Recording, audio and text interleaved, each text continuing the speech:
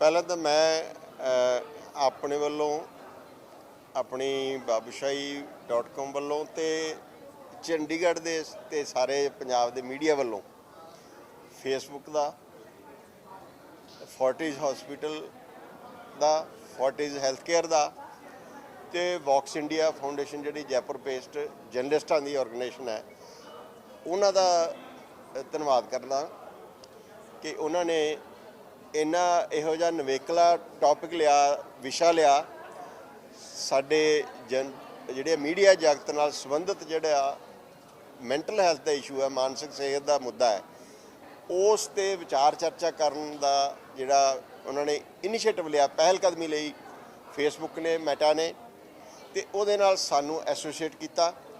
ਉਹਨਾਂ ਦਾ ਮੈਂ ਬਹੁਤ ਧੰਨਵਾਦ ਕਰਦਾ। ਮੇਰੇ ਖਿਆਲ ਚੰਡੀਗੜ੍ਹ ਦੇ ਵਿੱਚ ਵੀ ਫੇਸਬੁੱਕ ਦੀ ਵੀ ਅਤੇ ਇਹਨਾਂ ਦੀ ਸ਼ਾਇਦ ਆਪਣੀ ਕਿਸਮ ਦਾ ਪਹਿਲਾ ਯਤਨ ਹੈ ਇਸ ਵਿਸ਼ੇ 'ਤੇ, ਇਸ ਤਰ੍ਹਾਂ ਦੇ ਗੁੰਝਲਦਾਰ ਵਿਸ਼ੇ 'ਤੇ ਇੱਕ ਟ੍ਰੇਨਿੰਗ ਸੈਸ਼ਨ ਅਤੇ ਡਿਸਕਸ਼ਨ ਦਾ ਸੈਸ਼ਨ ਅਰੇਂਜ ਕਰਨਾ। ਸੋ ਮੈਂ ਇਹਨਾਂ ਦਾ ਧੰਨਵਾਦ ਕਰਦਾ ਪਹਿਲਾਂ ਤਾਂ। ਅਤੇ ਬਿਲਕੁਲ ਇਹ ਜਿਹੜਾ ਵਿਸ਼ਾ ਹੈ ਆਮ ਤੌਰ 'ਤੇ ਚਰਚਾ 'ਚ ਨਹੀਂ ਹੁੰਦਾ, ਔਰ ਸਾਰੇ ਹੀ ਅਸੀਂ ਜਿੰਨੇ ਕੰਮ ਕਰਦੇ ਹਾਂ ਮੀਡੀਆ 'ਚ ਕਿਸੇ ਨਾ ਕਿਸੇ ਰੂਪ ਸਾਰੇ ਸਟਰੈਸ ਦਾ, ਦਬਾਅ ਦਾ ਅਤੇ ਮਾਨਸਿਕ ਜਿਹੜਾ ਸਾਡੇ ਜਿਹੜੀ ਸਿਹਤ ਹੈ ਸਾਡੀ ਉਹਦੇ ਕਿਤੇ ਨਾ ਕਿਤੇ ਸਾਨੂੰ ਉਹਦੇ ਜਿਹੜੀ ਇਹ ਸਮੱਸਿਆ ਦਾ ਸਾਹਮਣਾ ਕਰਨਾ ਪੈਂਦਾ। ਉਹ ਭਾਵੇਂ ਵਰਕ ਫਰੋਮ ਹੋਮ ਕਰੀਏ ਜਾਂ ਦਫ਼ਤਰ 'ਚ ਕਰੀਏ, ਅਤੇ ਖਾਸ ਕਰਕੇ ਕੋਵਿਡ ਦੇ ਦਿਨਾਂ 'ਚ ਜਿਹੜਾ ਮੈਂ ਤੁਹਾਨੂੰ ਮਤਲਬ ਕੋਈ ਮਜ਼ਾਕ ਵਾਲੀ ਗੱਲ ਨਹੀਂ, ਮੈਂ ਤੁਹਾਨੂੰ ਦੱਸਿਆ ਮੇਰਾ ਨੀਂਹ ਦੀ ਸਰਜਰੀ ਕਰਾਈ ਹੈ। ਜੇ ਕੋਵਿਡ ਨਾ ਹੁੰਦਾ ਤਾਂ ਸ਼ਾਇਦ ਮੈਨੂੰ ਇਹਦੀ ਲੋੜ ਨਹੀਂ ਪੈਂਦੀ, ਕਿਉਂਕਿ ਕੋਵਿਡ 'ਚ ਮੂਵਮੈਂਟ ਘੱਟ ਗਈ, ਤੋਰਾ ਫੇਰਾ ਘੱਟ ਗਿਆ, ਬਿਲਕੁਲ ਅਸੀਂ ਘਰਾਂ 'ਚ ਬੈਠ ਕੇ ਕੰਮ ਕਰਨਾ ਸ਼ੁਰੂ ਕਰਤਾ। ਅਦਰਵਾਈਜ਼ ਮਤਲਬ ਮੈਂ ਫਿਜ਼ੀਓਥੈਰੇਪੀ ਕਰਾਉਣ ਜਾਂਦਾ ਸੀ, ਮੈਂ ਉੱਥੇ ਜਾਣ ਨੂੰ ਡਰਦਾ ਨਹੀਂ ਸੀ ਜਾ ਰਿਹਾ ਕਿ ਹੁਣ ਕੋਵਿਡ ਨਾ ਹੋ ਜਾਵੇ। ਉੱਥੇ ਤਾਂ ਤਰ੍ਹਾਂ ਤਰ੍ਹਾਂ ਦੇ ਲੋਕ ਆਉਂਦੇ ਨੇ, ਉਹ ਫਿਜ਼ੀਓਥੈਰੇਪੀ ਨਾਲ ਨੂੰ ਠੀਕ ਰਹਿੰਦੇ ਸੀਗੇ ਜਿੰਨੇ ਵੀ ਤੁਹਾਡੇ ਅੰਗ ਨੇ ਸਰੀਰ। ਸੋ ਕੋਵਿਡ ਦਾ ਜਿਹੜਾ ਇੰਪੈਕਟ ਉਹ ਮਾਨਸਿਕ ਵੀ, ਸਰੀਰਕ ਵੀ ਅਤੇ ਇਸ ਤਰ੍ਹਾਂ ਦਾ ਪਿਆ, ਉਹਦੀ ਚਰਚਾ ਨਹੀਂ ਹੋਈ। ਅਤੇ ਜਰਨਲਿਸਟ ਜਿਹੜਾ ਵਰਡ ਹੈ, ਮੀਡੀਆ ਜਗਤ ਹੁਣ ਐਡਾ ਵੱਡਾ ਹੈ ਔਰ ਇੰਨਾ ਵੱਡਾ, ਉਹਦੇ ਬਾਰੇ ਫੇਸਬੁੱਕ ਵਰਗੀ ਜਿਹੜੀ ਆਰਗੇਨਾਈਜੇਸ਼ਨ ਹੈ ਉਹਨੇ ਇਨੀਸ਼ੀਏਟਿਵ ਲਿਆ, ਇਹ ਬਹੁਤ ਅੱਛਾ। ਅਤੇ ਮੈਂ ਜਿਹੜੇ ਸਾਡੇ ਸਾਥੀ ਜਿਹੜੇ ਪੱਤਰਕਾਰ ਨੇ, ਸਿਰਫ ਚੰਡੀਗੜ੍ਹ ਤੋਂ ਹੀ ਨਹੀਂ, ਹੋਰ ਸ਼ਹਿਰਾਂ ਤੋਂ ਵੀ, ਪਟਿਆਲੇ ਤੋਂ, ਮੋਹਾਲੀ ਤੋਂ, ਕੁਰਾਲੀ ਤੋਂ, ਖਰੜ, ਹੋਰ ਸ਼ਹਿਰਾਂ ਤੋਂ ਵੀ ਜਿਹੜੇ ਆਏ ਨੇ, ਉਹਨਾਂ ਦਾ ਵੀ ਧੰਨਵਾਦ ਕਰਦਾ।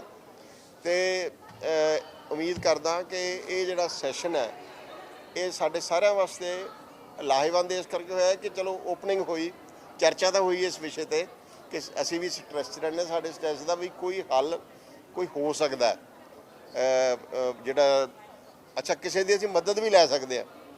ਜਿਵੇਂ ਉਹਨਾਂ ਨੇ ਕਿਹਾ ਫੋਰਟਿਸ ਵਾਲਿਆਂ ਕਿ ਸਾਡੀ ਲਾਈਨਾਂ ਟੈਲੀ ਜਿਹੜੀ ਮੈਡੀਸਨ ਜਾਂ ਟੈਲੀ ਜਿਹੜੀ ਥੈਰੇਪੀ ਹੈ, ਉਹਦੇ ਰਾਹੀਂ ਤੁਸੀਂ ਗੱਲ ਕਰ ਸਕਦੇ ਹੋ, ਉਹਨਾਂ ਨਾਲ ਆਪਣੇ ਸਮੱਸਿਆ ਦੱਸ ਸਕਦੇ ਹੋ।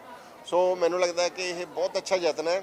ਉਮੀਦ ਹੈ ਕਿ ਅਸੀਂ ਇਹੋ ਜਿਹੇ ਹੋਰ ਇਨੀਸ਼ੀਏਟਿਵ ਜਿਹੜੇ ਹੈ ਉਹ ਲਵਾਂਗੇ ਤਾਂ ਕਿ ਸਾਡੀ ਜਿਹੜਾ ਮੀਡੀਆ ਕਰਮੀਆਂ ਦੀ, ਮੀਡੀਆ ਪਰਸਨ ਦੀ ਜਿਹੜੀ ਮੈਂਟਲ ਹੈਲਥ ਹੈ ਉਹਦੇ ਜਿੰਨਾ ਕੁ ਪੋਸੀਬਲ ਉਹਨੂੰ ਨਰੋਆ ਰੱਖਿਆ ਜਾ ਸਕਦਾ, ਉਹਦੇ ਲਈ ਕੋਸ਼ਿਸ਼ਾਂ ਕਰੀਏ। ਦੇਖੋ, ਪੱਤਰਕਾਰਾਂ ਦੇ ਪਰਿਵਾਰਾਂ ਨੂੰ ਤਾਂ ਜਿਹੜਾ ਉਹ ਇਸ ਸਹਿਣਾ ਹੀ ਪੈਂਦਾ ਹੈ ਕਿ ਉਹਨਾਂ ਨੂੰ ਮਤਲਬ ਟਾਈਮ ਘੱਟ ਹੁੰਦਾ ਪਰਿਵਾਰਾਂ ਵਾਸਤੇ। ਮੈਂ ਇਸ ਦਾ ਮਤਲਬ ਮੇਰੀ ਘਰ ਵਾਲੀ ਕਹਿੰਦੀ ਹੁੰਦੀ ਵੀ ਜੇ ਉਹਨੂੰ ਪਹਿਲਾਂ ਪਤਾ ਹੁੰਦਾ ਨਾ ਵੀ ਕਿ ਕੋਈ ਸ਼ਾਮ ਵਿਹਲੀ ਨਹੀਂ ਹੋਣੀ ਤੁਹਾਡੀ, ਅਤੇ ਮੈਂ ਸ਼ਾਇਦ 100 ਵਾਰੀ ਸੋਚਦੀ ਵਿਆਹ ਕਰਾਉਣ ਤੋਂ ਪਹਿਲਾਂ ਵੀ ਜਰਨਲਿਸਟਾਂ ਦੀ ਕੋਈ ਸ਼ਾਮ ਵਿਹਲੀ ਨਹੀਂ ਹੁੰਦੀ, ਫਰੀ ਨਹੀਂ ਹੁੰਦੀ। ਮਤਲਬ ਇਹਦੀ ਈਵਨ ਛੁੱਟੀ ਵਾਲੇ ਦਿਨ ਵੀ ਐ ਹੁੰਦਾ, ਜਦ ਤੁਸੀਂ ਆਫ ਵੀ ਕਰਦੇ ਹੋ ਫਿਰ ਵੀ ਸ਼ਾਮ ਨੂੰ ਕੋਈ ਨਾ ਕੋਈ ਇਹੋ ਜਿਹਾ ਹੁੰਦਾ। ਮੈਂ ਮਤਲਬ ਬਹੁਤ ਲੰਮਾ ਸਮਾਂ ਅਜੀਜ਼ 'ਚ ਕੰਮ ਕੀਤਾ, ਸ਼ਾਮ ਵਿਹਲੀ ਨਹੀਂ ਹੁੰਦੀ ਕਦੇ। ਸ਼ਾਮ ਨੂੰ ਸਭ ਤੋਂ ਵੱਧ ਪ੍ਰੈਸ਼ਰ ਹੁੰਦਾ, ਅਤੇ ਸ਼ਾਮ ਹੀ ਹੁੰਦਾ ਪਰਿਵਾਰ ਵਾਸਤੇ, ਬੱਚਿਆਂ ਵਾਸਤੇ, ਘਰ ਵਾਸਤੇ, ਕਦੇ ਮਾਰਕੀਟ ਜਾਣਾ, ਤੁਸੀਂ ਹੋਰ ਜਾਣਾ।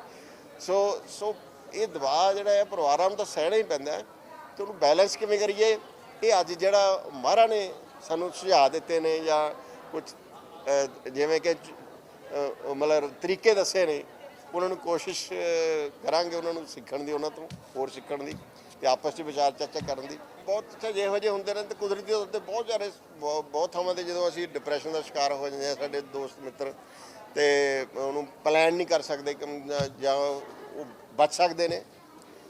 ਮਤਲਬ ਮੈਂ ਤਾਂ ਸਾਡੇ ਜਰਨਲਿਸਟਾਂ ਦੇ ਵਿੱਚ ਵੀ ਕਈ ਪੱਤਰਕਾਰਾਂ ਨੇ ਸੁਸਾਈਡ ਕੀਤੇ ਨੇ, ਉਹ ਡਿਪਰੈਸ਼ਨ ਕਰਕੇ ਕੀਤੇ ਨੇ ਨਾ, ਤੇ ਉਹ ਇਹ ਬਚਿਆ ਜਾ ਸਕਦਾ ਇਹੋ ਜਿਹੀ ਘਟਨਾਵਾਂ ਤੋਂ।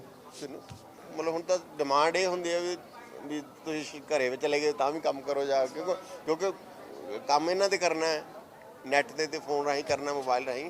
ਮੈਂ ਆਪ ਖੁਦ ਕੰਮ ਕਰਦਾ ਤੇ ਖੁਦ ਕੰਮ, ਮੈਂ ਆਰਗੇਨਾਈਜੇਸ਼ਨ ਦਾ ਹੈੱਡ ਹੋਣ ਕਰਕੇ ਕੰਮ ਲੈਣਾ ਵੀ ਆ। ਮੈਨੂੰ ਪਤਾ ਵੀ ਸਾਰੇ ਹੀ ਸਟ੍ਰੈਸ 'ਚ ਹੈਗੇ ਸੀ, ਪਰ ਉਹ ਕਿਸੇ ਨੇ ਮਤਲਬ ਇਕੱਲਾ ਇਹ ਨਹੀਂ ਹੁੰਦਾ ਕਿ ਕੰਮ ਦਾ, ਮਤਲਬ ਹੋਰ ਵੀ ਹੁੰਦੇ ਨੇ, ਸਰਕਾਰ ਦੇ ਦਬਾਅ ਵੀ ਹੁੰਦੇ ਨੇ, ਇਹ ਵੀ ਦਬਾਅ ਹੁੰਦਾ ਵੀ ਤੁਸੀਂ ਜਿਹੜਾ ਫਾਈਨੈਂਸ਼ੀਅਲ ਮੈਨੇਜਮੈਂਟ ਕਿਵੇਂ ਕਰਨੀ ਹੈ, ਮਤਲਬ ਤਰ੍ਹਾਂ ਤਰ੍ਹਾਂ ਦੇ ਦਬਾਅ ਨੇ ਸਾਰਿਆਂ ਦੇ।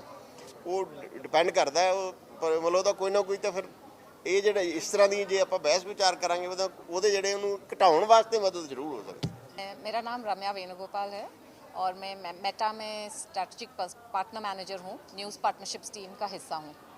मैम, आज के इस प्रोग्राम के बारे में क्या सोचें और कैसे चेंज है वो लाइफ में आ सकता है, क्या मकसद है? ये एक्चुअली हमारे मेटा जर्नलिज्म प्रोजेक्ट का एक पार्ट है। ये जो मेटा जर्नलिज्म प्रोजेक्ट हमारा एक फेसबुक ग्रुप है, MJP इंडिया, जहाँ पे हमने हमारे कम से कम 4,000 जर्नलिस्ट के मेंबर्स हैं। और एक चीज़ हमें पता चला जब भी कोविड हिट हुआ था तो काफ़ी तनाव आया था जर्नलिस्ट के लाइफ में। स्पेसिफिकली कुछ लोगों के नौकरियां गई, कुछ लोगों के सैलरीज़ में कटाव आई थी, और कुछ लोग खुद भी कोविड से गुजरे हैं, उनके फैमिलीज़ में भी कोविड हुआ है। So there is a lot of pressure, and ऊपर से उनको जो स्टोरीज़ वो कर रहे हैं वो भी वहाँ पे भी हॉस्पिटल्स में या शमशान में, वहाँ पे you are seeing a lot of disturbing content, disturbing scenes. So इसलिए हमने सोचा कि उनको थोड़ा सपोर्ट करने के लिए हमने ये सेशन किए। तो लास्ट ईयर हमने एक सेशन किया था हमारे ग्रुप में, अभी भी उसके रिकॉर्डिंग्स है, जहाँ पे जर्नलिस्ट, फोटोग्राफर्स, फील्ड रिपोर्टर्स खुद आके हमको बता रहे थे उनके एक्सपीरियंसेस के बारे में, उनके जो चैलेंजेस थे उसके बारे में। तो इसलिए हमने सोचा कि हम एक सेशन करेंगे जिसमें उनको उनसे जूझने के लिए जो तरीके हैं उसके बारे में भी थोड़ा जानकारी हो जाए।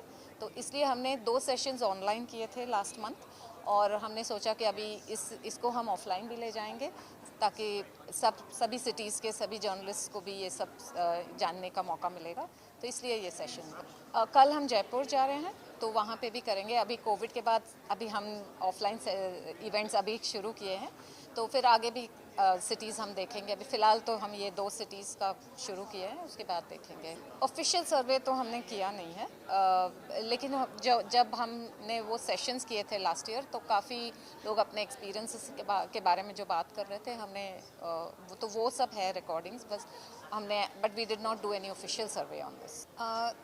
आई थिंक काफ़ी न्यूज़ ऑर्गेनाइजेशंस अभी रिकॉग्नाइज कर रहे हैं कि ये भी एक बहुत ज़रूरी हिस्सा है जो वो अपने जर्नलिस्ट के बारे में सोचें, उनके मेंटल हेल्थ के बारे में, उनके सपोर्ट के बारे में। तो ये we are seeing a change, लेकिन अभी शुरुआत है। सो आई थिंक आगे हमको ज़रूर we will find more changes as well. I am doctor Sameer Parekh, I am psychiatrist, मनोचिकित्सक हूँ। Fortis national mental health programme, Fortis health care, उसमें उस प्रोग्राम का मैं डायरेक्टर हूँ। जो आज का हमारा वर्कशॉप था उसका जो मेन गोल था वो ये था कि हम मेंटल हेल्थ की प्रायोरिटी करें। हम समझें कि हमें अपने स्वास्थ्य के लिए, अपने मानसिक स्वास्थ्य को इम्पोर्टेंस देनी बहुत ज़रूरी है, और हम कैसे अपनी लाइफ को बैलेंस करें, कैसे वर्क लाइफ बैलेंस करें, अपनी क्वालिटी ऑफ लाइफ बेहतर करें। और उसके साथ जो दूसरा हिस्सा था कि मेंटल इलनेस के बारे में जानकारी हो, जिससे हम समझ पाएँ कि कब हमें या हमारे अपनों में किसको कब मदद की ज़रूरत है। और अब मिल के जो स्टिग्मा है मेंटल हेल्थ का, जिसमें लोगों में हेजिटेशन है बात करने की, मदद मांगने की, उसको कैसे हम तोड़ पाएँ। तो जो दोनों एस्पेक्ट्स हैं, अपना ध्यान रखना और मेंटल हेल्थ को प्रायोरिटाइज़ करना। नहीं, मुझे लगता है कि अगर हम पिछले कई सालों की बात करें तो धीरे धीरे बातचीत मानसिक स्वास्थ्य के बारे में बढ़ी है। जितनी मेंटल हेल्थ की बात लेट से 10 साल 15 साल पहले होती है उससे कहीं ज़्यादा होती है। लेकिन अभी भी हमें बहुत लंबा एक रास्ता निकालने की ज़रूरत है, क्योंकि आज भी स्टिग्मा है, डिस्क्रिमिनेशन है, लोगों में मदद मांगने में हेजिटेशन है। और साथ में मुझे लगता है कि हम अपनी जीवन शैली, खास करके डिजिटलाइजेशन का जो असर है, उसको हम उतना इम्पोर्टेंस नहीं दे पा रहे हैं जो हमें देनी चाहिए, क्योंकि युवा बच्चे ज़्यादा डिजिटल माध्यम यूज़ करते हैं और उनको स्किल मिलनी ज़रूरी है, मीडिया लिटरेसी मिलनी ज़रूरी है कि आप लाइफ को बैलेंस कैसे करें। नहीं, मुझे ऐसा लगता है कि हर एक ऑक्यूपेशन की अपनी कुछ परेशानियां होती हैं, अपने कुछ चैलेंजेस होते हैं, अपनी स्ट्रेंथ्स होती हैं। अगर हम मेंटल हेल्थ की बात करें तो क्योंकि मेंटल हेल्थ अक्रॉस सब में होता है, तो आप डॉक्टर हो सकते हैं, उनके अपने प्रेशर होते हैं, जर्नलिस्ट के अपने प्रेशर होते हैं, उसी तरह से एथलीट्स होते हैं, उनके अपने प्रेशर होते हैं, युवाओं के अपने हैं, बुज़ुर्गों के अपने हैं, बच्चों के अपने हैं। हर एक अक्रॉस द एज ग्रुप हम सबके अलग अलग किस्म के प्रेशर हैं। उन प्रेशर को हम कैसे बेहतरीन तरह से हैंडल कर पाएँ, कैसे हम रिश्ते बना पाएँ, अपने सपोर्ट सिस्टम कर पाएँ, लाइफ को बैलेंस रख पाएँ और परेशानी को जल्द से जल्द सॉल्व कर पाएँ। और अगर कोई मानसिक परेशानी है तो बेहिचक होके हम एक्सपर्ट से या अपनों से बात करें। मुझे लगता है वो बहुत ज़रूरी है कि अनम्यूट योरसेल्फ, बात करें।